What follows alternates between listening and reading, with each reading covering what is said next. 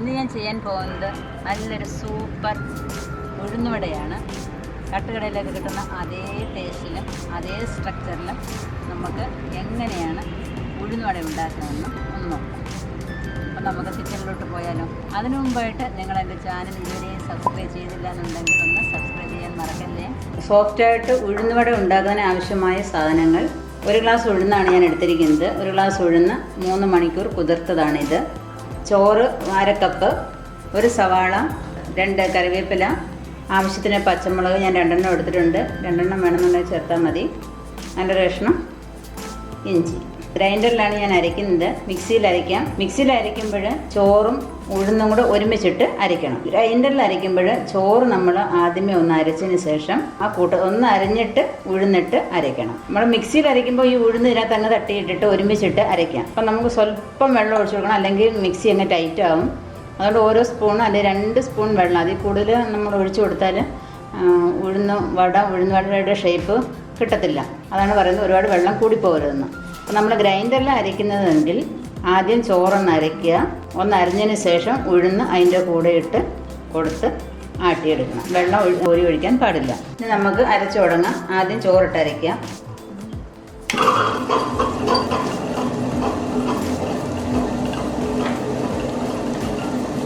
ഇഡലിക്കും ദോശയ്ക്കും അരയ്ക്കുമ്പോഴും ഇങ്ങനെ തന്നെയാണ് ചെയ്യേണ്ടത്. ആദ്യം ചോറിട്ട് അരയ്ക്കണം. ഉഴുന്നിൻ്റെ കൂടെ നമ്മൾ ചോറ് അരച്ചാൽ ചോറ് അതേപോലെ ഇടുന്ന കറങ്ങിയുള്ളൂ, ചോറ് അരയത്തില്ല. അതുകൊണ്ട് ആദ്യം നമ്മൾ ചോറ് അങ്ങോട്ട് അരയ്ക്കണം. മിക്സിയിൽ നമ്മൾ അരയ്ക്കുമ്പോൾ കുറേശ്ശെ ഇട്ട് അരയ്ക്കണം, അല്ലെങ്കിൽ മിക്സി അങ്ങ് ടൈറ്റായിപ്പോൾ അരയ്ക്കാൻ പ്രയാസമായിരിക്കും. വെള്ളം ഒരുപാട് കോരി ഒഴിക്കാനും പറ്റത്തില്ല. നമുക്ക് അപ്പോൾ ഉഴുന്നുവടയുടെ ഷേപ്പ് കിട്ടത്തില്ല. ഗ്രൈൻഡർ കറങ്ങിക്കൊണ്ടിരിക്കുമ്പോൾ തന്നെ ഞാനിങ്ങനെ ചെയ്യാറുണ്ട്. വശമില്ലെങ്കിൽ അത് ചെയ്യരുത്. ഇനി അതിലോട്ട് നമുക്ക് ഉഴുന്നിട്ട് കൊടുക്കാം. ഇതിൽ സ്വല്പം വെള്ളമുണ്ട്.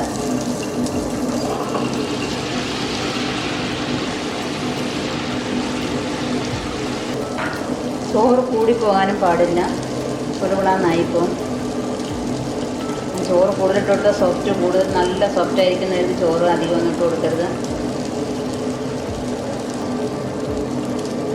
മിക്സിയിലാകുമ്പോൾ 2-3 പ്രാവശ്യം ഇട്ട് അരച്ചാൽ മതി. നമ്മുടെ ഉഴുന്ന് നല്ലതുപോലെ അരിഞ്ഞിട്ടുണ്ട്. അപ്പോൾ ഉഴുന്ന് നല്ലതുപോലെ അരിഞ്ഞിട്ടുണ്ട്. ആ സമയം കൊണ്ട് ഉഴുന്നരച്ച സമയം കൊണ്ട് നമ്മൾ ഉള്ളി, ഇഞ്ചി, പച്ചമുളക് എല്ലാം അരിഞ്ഞ് വെച്ചിട്ടുണ്ട്. 2 പച്ചമുളക് എടുത്താൽ ഞാൻ 1 എടുത്തുള്ളൂ. അപ്പം കുറച്ച് കുരുമുളകും കൂടി ഞാൻ എടുത്തിട്ടുണ്ട്. അപ്പോൾ നിങ്ങൾക്ക് ഇഷ്ടമാണെന്നുണ്ടെങ്കിൽ മാത്രം ചേർത്താൽ മതി, അല്ലെങ്കിൽ പച്ചമുളക് ചേർത്താൽ മതി. അപ്പോൾ നമുക്ക് ഇനി മാവ് കോരിയെടുക്കാം. മാവ് വാരിയെടുത്തതിന് ശേഷം മാത്രം ഇത് മിക്സ് ചെയ്താൽ മതി. ഉപ്പ് 1.5 ഇട്ടാൽ മതി. ഉഴുന്ന് വാരിയെടുക്കുകയാണ്. ഇതിലോട്ട് ആവശ്യത്തിന് ഉപ്പിടുക. ഇവിടെ കൂടരുത്. നമ്മൾ അരിഞ്ഞു വെച്ചിരിക്കുന്നതുകൊണ്ട് അതിലേക്ക് ഇടുക. കുരുമുളകുണ്ട്, 1 പച്ചമുളകുണ്ട്, 1 സവാള, കറിവേപ്പില ചെറുതായി അരിഞ്ഞിട്ടിട്ടുണ്ട്, ഇഞ്ചിയുണ്ട്. അതിനെല്ലാം കൂടെ നല്ലതുപോലെ ഒന്ന് മിക്സ് ചെയ്യണം. കൈ കൊണ്ടങ്ങ് ചെയ്യുന്നതാണ് നല്ലത്. നമ്മുടെ അടുത്ത് സ്വല്പം വെള്ളം വെച്ചേക്കണം. കൈ നനച്ചിട്ട് വേണം ഒന്ന് ചെയ്യാൻ, അല്ലെങ്കിൽ കയ്യിലെല്ലാം ഒട്ടിപ്പിടിക്കും.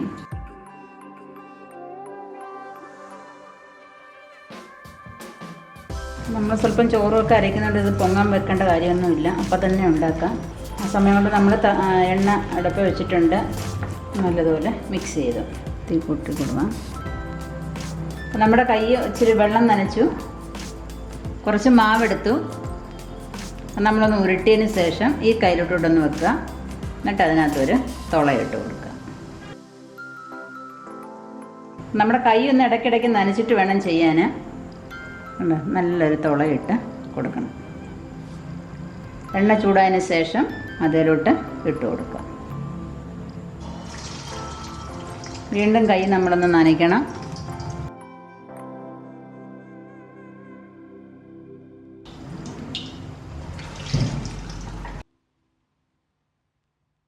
ഓരോ പ്രാവശ്യവും കൈ നനച്ചതിന് ശേഷം വേണം നമ്മൾ ചെയ്യാൻ. എന്നിട്ട് മറ്റേ കൈയിലോട്ട് വെച്ചിട്ട് ഒരു തുള ഇട്ടിട്ട് അതിലോട്ട് എണ്ണയിലോട്ട് ഇടണം. വെള്ളം നനയ്ക്കുക, മാവെടുക്കുക, ഒന്ന് ഷേപ്പിന് കൊണ്ടുവന്നിട്ട് നടുക്കൊരു തുള കൊടുക്കുക. ഇനി എണ്ണയിലോട്ടിടുക.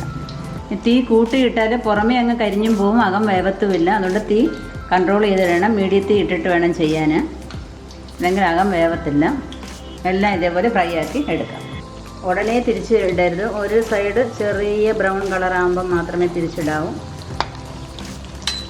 ഗ്യാസ് ഒന്ന് സിമ്മിലിട്ടിട്ട് വേണം തിരിച്ചിടാനായിട്ട്. വെള്ളം കൂടിപ്പോയാൽ ഇതൊന്നും നടക്കത്തില്ല. നല്ല സോഫ്റ്റായിട്ടിരിക്കും ഇത്. നിങ്ങൾ ഇതേപോലെ ചെയ്ത് നോക്കണം. കുട്ടികളൊക്കെ സ്കൂളിൽ നിന്ന് വരുന്ന സമയത്ത് നമുക്കത് ഉണ്ടാക്കി കൊടുക്കാൻ പറ്റും. ഇതിൻ്റെ കൂടെ സ്വല്പം ചട്നിയും ഉണ്ടാക്കാൻ നല്ല സൂപ്പറാണ്.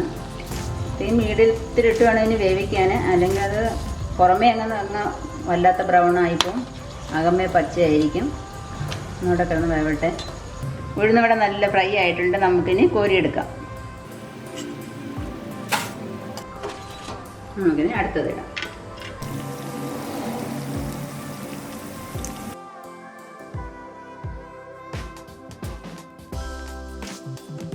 അപ്പം നമ്മുടെ സോഫ്റ്റായ ഉഴുന്നുവട റെഡി ആയിട്ടുണ്ട്. തീർച്ചയായിട്ടും നിങ്ങൾ ഇതുപോലെ ചെയ്ത് നോക്കണം. നമ്മുടെ തട്ടുകടയിൽ നിന്ന് കിട്ടുന്ന അതേ ടേസ്റ്റിലും അതേ സ്ട്രക്ചറിലുമാണ് ഇരിക്കുന്നത്. നല്ല ടേസ്റ്റാണിത്.